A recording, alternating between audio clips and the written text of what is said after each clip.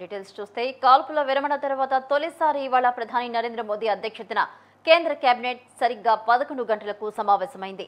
ఈ భేటీలో ప్రధానితో పాటు రక్షణ శాఖ మంత్రి రాజ్నాథ్ సింగ్, కేంద్ర హోంశాఖ మంత్రి అమిత్ షా, ఆర్థిక శాఖ మంత్రి నిర్మలా సీతారామన్, విదేశీ వ్యవహారాల శాఖ మంత్రి జయశంకర్, జాతీయ భద్రతా సలహాదారు అజిత్ దోవల్, సిడిఎస్ అనిల్ చౌహాన్, త్రివిధ దళాధిపతులు హాజరయ్యారు. ఈ సమావేశంలో ప్రధానంగా సరిహద్దుల్లో కాల్పుల విరమణపై తాజా పరిస్థితిపై చర్చించనున్నారు.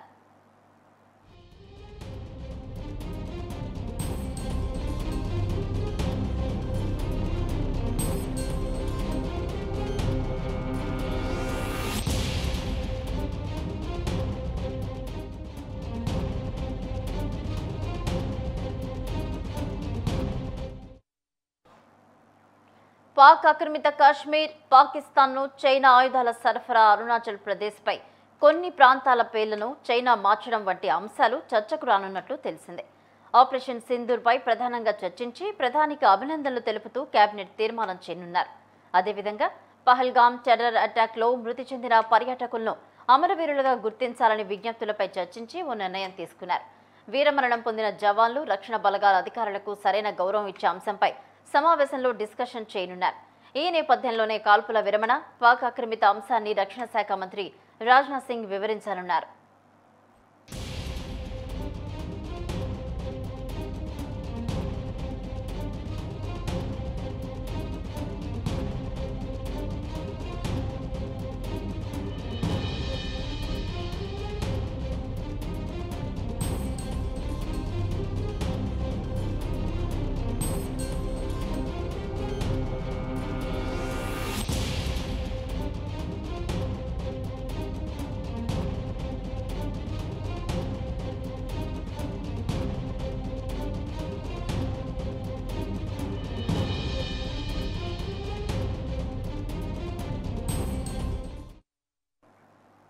కాల్పుల విరమణ తరువాత తొలిసారిగా ఇవాళ ప్రధాని నరేంద్ర మోదీ అధ్యక్షతన కేంద్ర కేబినెట్ సరిగ్గా 11 గంటలకు సమావేశమైంది.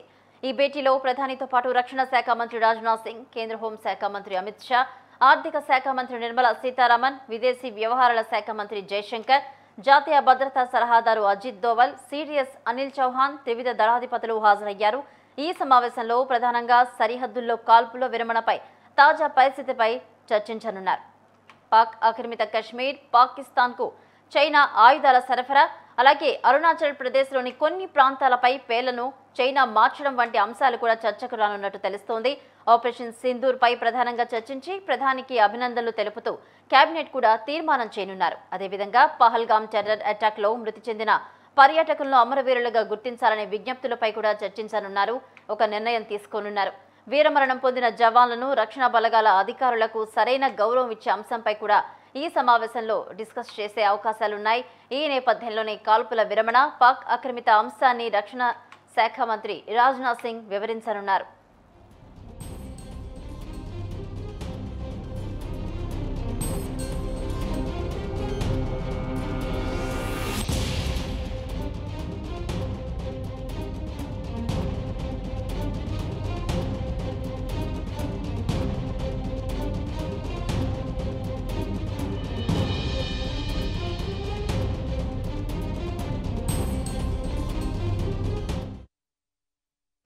కాల్పుల విరమణ తరువాత తొలిసారిగా ఇవాళ ప్రధాని నరేంద్ర మోదీ అధ్యక్షతన కేంద్ర కేబినెట్ సరిగ్గా 11 గంటలకు ప్రారంభమైంది. ఈ భేటీలో ప్రధానితో పాటు రక్షణ శాఖ మంత్రి రాజ్నాథ్ సింగ్, పలు కీలక నేతలు కూడా ఇందులో భేటీ అయ్యారు. ఇదే అంశానికి సంబంధించి మరిన్ని అప్డేట్స్ మా సీనియర్ కరెస్పాండెంట్ న్యూస్ రూమ్ నుంచి లైవ్ ద్వారా మరిన్ని అప్డేట్స్ అందిస్తారు.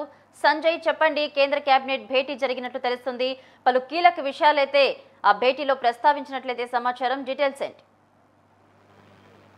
భవాని, ఏదైతే కొద్దిసేపటికి ముందు ప్రధాని నరేంద్ర మోడీ నేతృత్వంలోని కేబినెట్ కమిటీ సమావేశంలో పలు అంశాలపై చర్చ జరిగిందని చెప్పొచ్చు. ప్రధానంగా ఇంకా చర్చ కొనసాగుతూనే ఉంది. ఇందులో రక్షణ మంత్రితో పాటు అదేవిధంగా ఆర్థిక మంత్రి, అదేవిధంగా సిడిఎస్, అదే కాకుండా జాతీయ భద్రతా సలహాదారులు, వివిధ ఆర్థిక నిపుణులందరూ కూడా ఈ సమావేశంలో పాల్గొనడం జరిగింది. అయితే ఏదైతే సీజ్ ఫైర్ ఒప్పందం తర్వాత, ఏదైతే Pak and Indo cease fire ఒప్పందం తర్వాత మొదటిసారి జరుగుతున్న ఈ సమావేశం కావడంతో ఇందులో ప్రధానంగా పలు అంశాలను చర్చించినట్లు తెలుస్తుంది.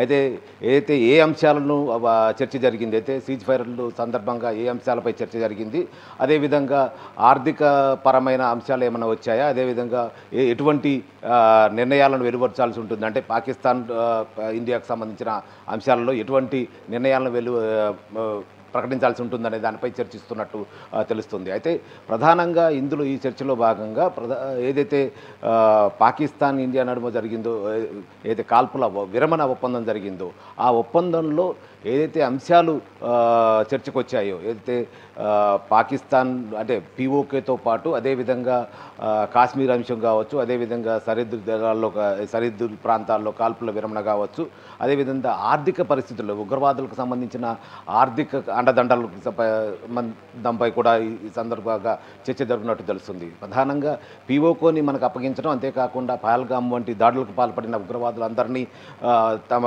భారత్కు అప్పగించాలనే డిమాండ్తో ఏదైతే సీజ్ ఫైర్ చర్చ జరిగిందో దానిపై ఈరోజు సుదీర్ఘంగా చర్చ జరుగుతున్నట్టు తెలుస్తుంది. ఎందుకంటే ఉగ్రవాదులకు పాకిస్తాన్ ఆర్థికంగా సహాయపడుతుంది, అంతేకాకుండా ఉగ్రవాదులను ప్రోత్సహిస్తుంది, ఉగ్ర స్థావరాలను కూడా పెంచుతూ వారికి వెనుదండుగా ఉంటుందనే ఆరోపణలు బలంగా ఉన్నాయి. అంతేకాకుండా ఏదైతే ఆపరేషన్ సింధూర్లో దాదాపు 9 ఉగ్రవ స్థావరాలను కూడా ధ్వంసం చేయడం ద్వారా ఉగ్రవాదులకు పాకిస్తాన్ అండగా నిలుస్తుంది, వారికి అక్కడ స్థిర నివాసం ఏర్పరుస్తుందంటూ కూడా బలంగా ఆర్థిక నిధులు కూడా కేటాయిస్తుందన్నట్టు బలమైన వాదన కూడా వినిపిస్తున్న నేపథ్యంలో ఈ దాడుల అనంతరం ఏదైతే ఆపరేషన్ సింధూర్ సందర్భంగా అయితే స్థావరాలన్నీ కూడా ధ్వంసం చేయడం జరిగిందో అందులో ప్రధానంగా లష్కర్-ఏ తోయిబా వంటి ఉగ్రవాద సంస్థలన్నిటిపై కూడా ఏదైతే పూర్తి స్థాయిలో తుడిచిపెట్టిన సందర్భంలో, ఏదైతే ఆపరేషన్ సింధూర్ భాగంలో మన రక్షణ దళాలు కూడా తుడిచిపెట్టిన సందర్భంలో అయితే పహల్గామ్ దాడికి సంబంధించిన ఏదైతే ఉగ్రవాదులు ఉన్నారో వారందరినీ కూడా పాకిస్తాన్కి భారత్కు అప్పగించాలనే అంశాన్ని ఏదైతే సీజ్ ఫైర్లో స్పష్టంగా చర్చించడం జరిగింది. అయితే అదే అంశాన్ని కూడా పాకిస్తాన్ నుంచి వచ్చిన సమాధానం, పాకిస్తాన్ నుంచి వచ్చిన ఆంక్షలు సమాధానం ఎలా ఉంది, మనం భారత్ ఏ విధంగా ముందుకు వెళ్ళాలనే దానిపై కూడా ఈ సందర్భంగా చర్చిస్తున్నట్టు తెలుస్తుంది. అయితే ఈ సందర్భంగానే ఏదైతే ఆర్థిక మూలాలను, పాకిస్తాన్కి సంబంధించిన ఆర్థిక మూలాలను కట్టడి చేసే విధంగా ఇప్పటికే ప్రపంచ దేశాలకు భారత్ కూడా ఏది ఉగ్రవాద కార్యకలాపాలకు సంబంధించిన అన్ని అంశాలను కూడా ప్రపంచ దేశాలకు వివరించడం జరిగింది. అంతేకాకుండా ప్రపంచ దేశాల నుంచి కూడా వస్తున్న నిధులన్నిటి కూడా అడ్డుకట్ట వేయడం జరుగుతుంది. అయితే ఈ అంశంలో కూడా పాకిస్తాన్ని ఆర్థికంగా బలహీనపరచడం, అంతేకాకుండా పాకిస్తాన్ ఉగ్రవాదులు తయారు చేస్తున్న పాకిస్తాన్కు ఎటువంటి ఇతర దేశాల నుంచి ఎటువంటి సహాయ సహకారాలు అందకుండా ఉంచేలా విధంగా ఈ ఏదైతే సీజ్ ఫైర్ ఒప్పందం జరిగిందో ఆ ఒప్పందాలన్నింటినీ కూడా ఒకసారి చర్చించి తదనంతరం క్యాబినెట్లో సుదీర్ఘంగా చర్చించిన అనంతరం ఒక ప్రకటన విడుదల దేశ ప్రజలందరికీ కావచ్చు, లేకుంటే అన్ని వర్గాలకి ఒక ప్రకటన ద్వారా విడుదల చేయాల్సి ఉన్నందువలన ఈ ప్రస్తుతం ఈ క్యాబినెట్ సమావేశం జరుగుతుంది. అయితే ఇందులో భాగంగానే ఏదైతే పక్కనే ఉన్న చైనా కావచ్చు, అదే కాకుండా పాకిస్తాన్కి సహకరిస్తున్న ఏదైతే ఆయుధాల పరంగా కావచ్చు, లేకుంటేనేమో ఆర్థిక పరంగా సహకరించేందుకు ముందుకొస్తున్న కొన్ని దేశాలకు సంబంధించి వాటిపై కూడా ఎటువంటి నిర్ణయం తీసుకోవాలనే అంశాన్ని కూడా ఈరోజు సమావేశంలో చర్చించే అవకాశాలు ఉంటాయి. ఎందుకంటే చైనా ఇప్పటికే పాకిస్తాన్కి ఆర్థిక పరంగా కావచ్చు, ఆయుధాల పరంగా కూడా సహకరిస్తున్నట్లుగా ఒక స్పష్టమైన ఏదైతే ప్రకటన కూడా వెలువడటం చూసాం. అదేవిధంగా ఈరోజు కూడా టర్కీ వంటి దేశాలు, టర్కీకి భారతదేశం ఒక అత్యంత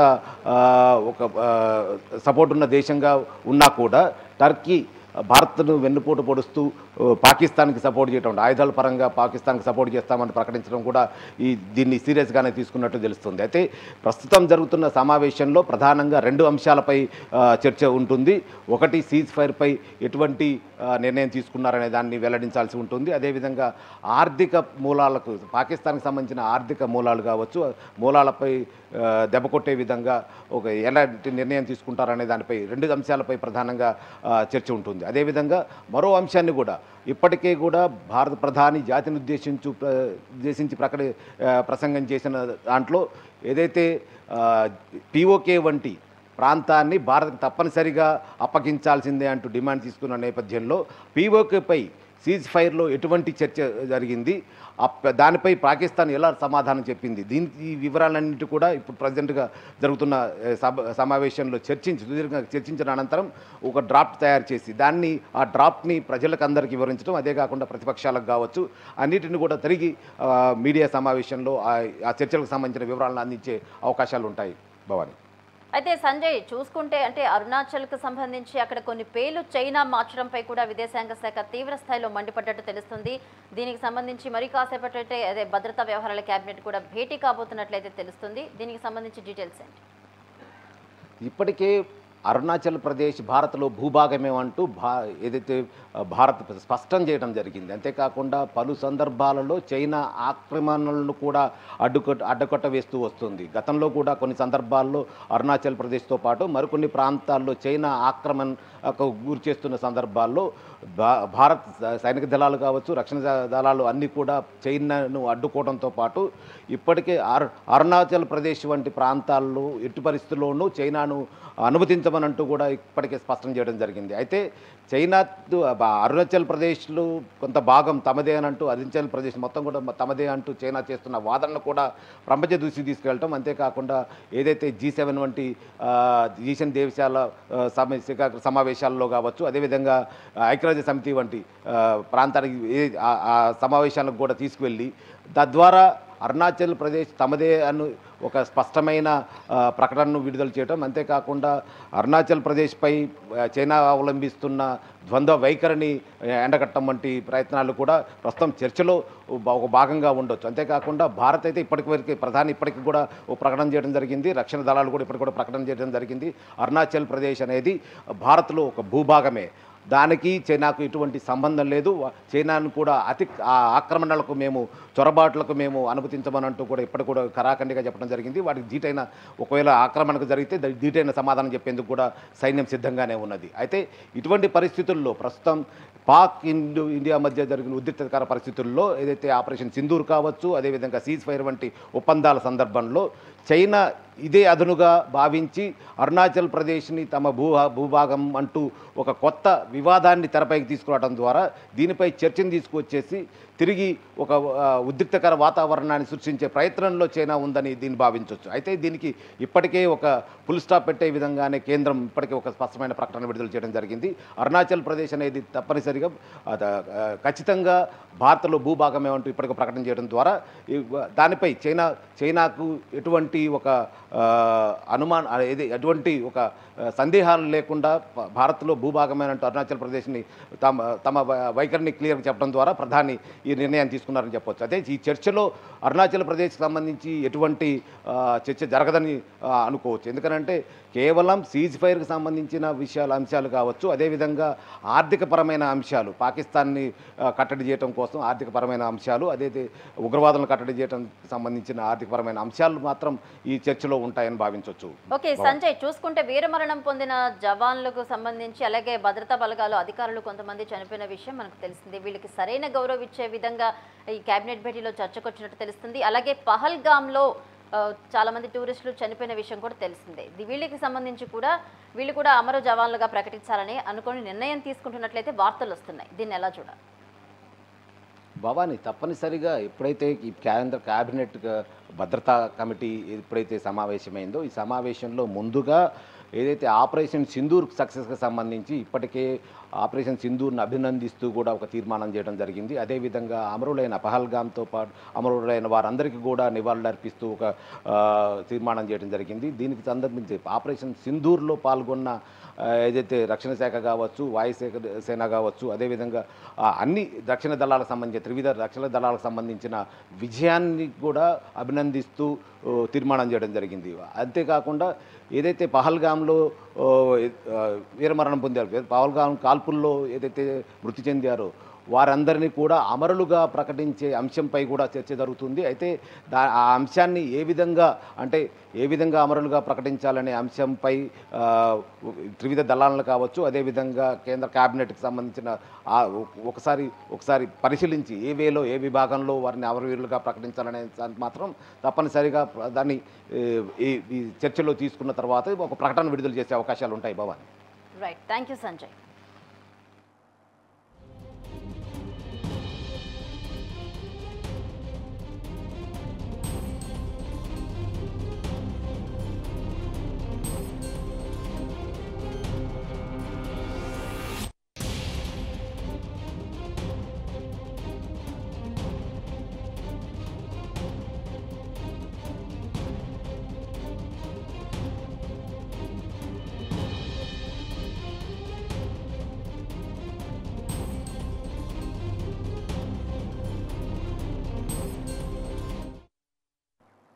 కాల్పుల వివరణ తర్వాత తొలిసారిగా ఇవాళ ప్రధాని నరేంద్ర మోదీ అధ్యక్షతన కేంద్ర కేబినెట్ సరిగ్గా 11 గంటలకు సమావేశమైంది. ఈ భేటీలో ప్రధానితో పాటు రక్షణ శాఖ మంత్రి రాజ్నాథ్ సింగ్, కేంద్ర హోంశాఖ మంత్రి అమిత్ షా, ఆర్థిక శాఖ మంత్రి నిర్మలా సీతారామన్, విదేశీ వ్యవహారాల శాఖ మంత్రి జయశంకర్, జాతీయ భద్రతా సలహాదారు అజిత్ దోవల్, సిడిఎస్ అనిల్ చౌహాన్, త్రివిధ దళాధిపతులు హాజరయ్యారు. ఈ సమావేశంలో ప్రధానంగా సరిహద్దుల్లో కాల్పులు విరమణపై తాజా పరిస్థితిపై చర్చించనున్నారు.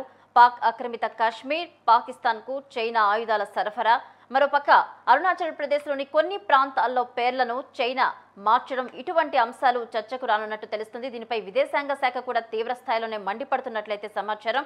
మరోపక్క ఆపరేషన్ సింధూర్పై ప్రధానంగా చర్చించి ప్రధానికి అభినందనలు తెలుపుతూ కేబినెట్ తీర్మానం చేయనున్నారు.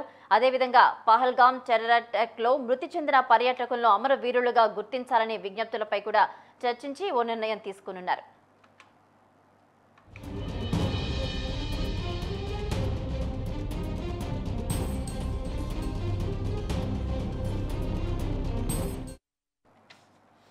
ఆపరేషన్ సింధూర్పై కేంద్ర కేబినెట్ కీలక సమావేశం అయితే నిర్వహించింది. ఈ సమావేశంలో పలు కీలక అంశాలైతే ప్రస్తావిస్తున్నారు. ఇదే అంశానికి సంబంధించి మరిన్ని అప్డేట్స్ మా ప్రతినిధి శేఖర్ అందిస్తారు. శేఖర్, చెప్పండి, కేంద్ర కేబినెట్ భేటీలో పలు కీలక అంశాలు చర్చించినట్టు తెలుస్తోంది. డీటెయిల్స్ ఏంటి?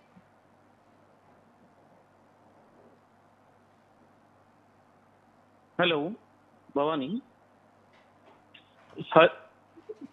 శేఖర్, చెప్పండి, ఆపరేషన్ సింధూర్పై కేంద్ర కేబినెట్ భేటీ జరిగినట్లు తెలుస్తోంది. డీటెయిల్స్ ఏంటి? ఎస్ భవానీ, కేంద్ర కేబినెట్ కాల్పుల విరమణ తర్వాత మొదటిసారిగా కేంద్ర కేబినెట్ ఈ రోజు ఉదయం 11 గంటలకు భేటీ అయింది. కంటిన్యూ అవుతున్న పరిస్థితి. భేటీ మాత్రం ప్రధానంగా కాల్పుల విరమణ తర్వాత ఆపరేషన్ సింధూర్ పైన ప్రధానంగా చర్చించే అవకాశం ఉంది. ఈ భేటీలో అంటే ప్రధాని మోడీ నేతృత్వంలో ఈ భేటీ ప్రారంభమైంది.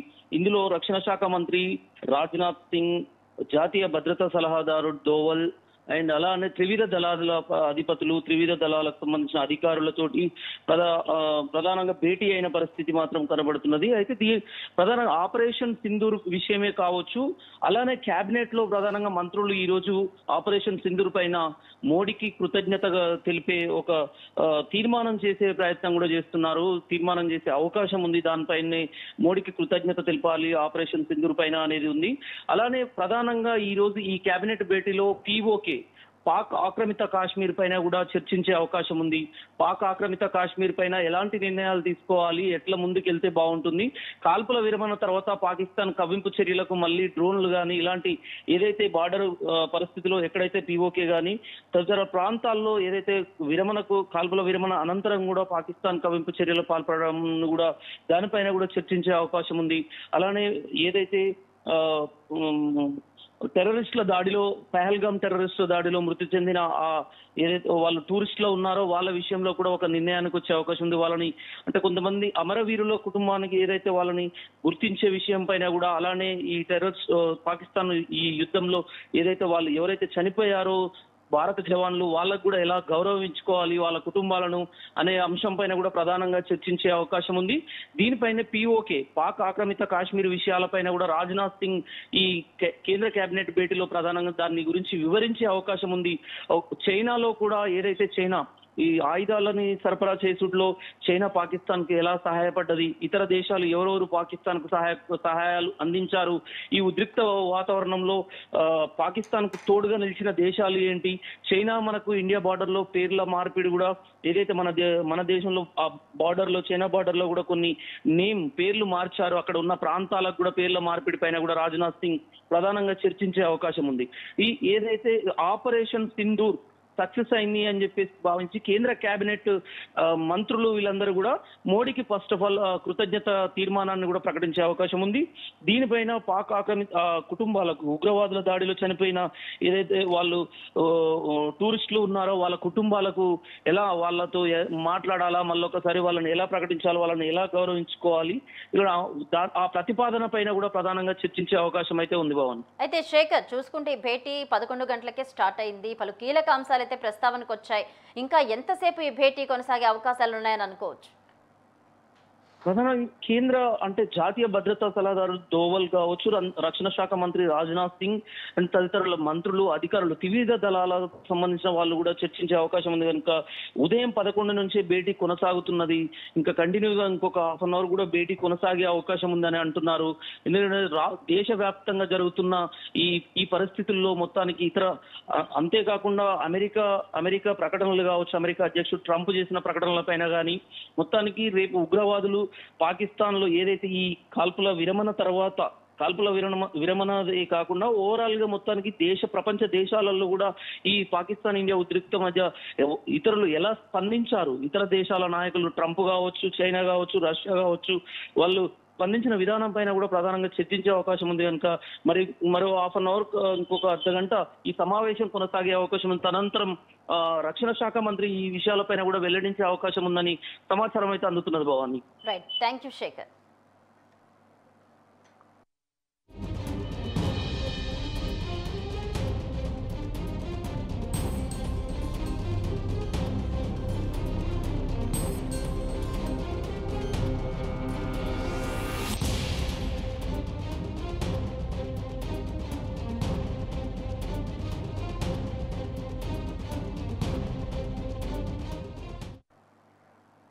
ఇది వాళ్ళ special drive. Keep watching news 360.